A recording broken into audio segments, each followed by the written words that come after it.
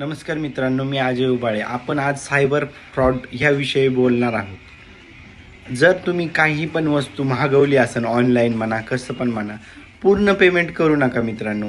जेवढी आपली कॅपॅसिटी आहे म्हणा, वस्तू जर 20,000ची असली तर फक्त आपली, जर आपल्याला गम नाही म्हणजे की 500 रुपये ठीक आहे, 500 रुपये करतो म्हणायचं, बाकीचे पेमेंट आल्यावर करीन. आणि जेव्हा माझ्या समोर येईन काही पण, तेव्हा मी पूर्ण पेमेंट करीन.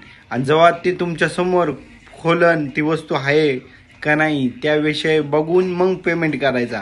कारण याचे कार्य इतकं जबरदस्त आहे ना ह्याचे, म्हणजे कसं माहिती आहे का, तुमचे पैसे पण वाचते. आणि मुळात तुम्हाला असं वाटत असेल की आता मी एखाद्याला पेमेंट केलं आहे आणि ह्याच्यावर मी सायबर कॅम्पची म्हणजे कंप्लेंट केली की ते फंड मला परत भेटेन, असं काहीच होत नाही मित्रांनो.